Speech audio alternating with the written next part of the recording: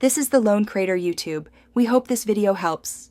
You begin by confirming prerequisites and taking the first actionable steps. Turn on Wi-Fi and make sure the phone and TV or dongle share the same network. This matters because cast discovery uses local connections.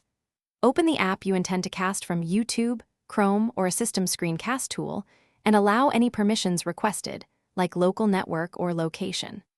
Once done, tap the cast icon in the app's UI to start device discovery. Select the correct target to initiate the session. Once your phone finds the target device, tap its name to connect. This creates a session where the phone commands playback, while the display streams content. Make adjustments now. Set volume on both phone and display, and change resolution or aspect ratio if available so video fills the screen without cropping. If you need the entire phone view, choose Screencast. If you only want a video or music, use AppCast for lower latency and better quality. Keep your phone unlocked while configuring.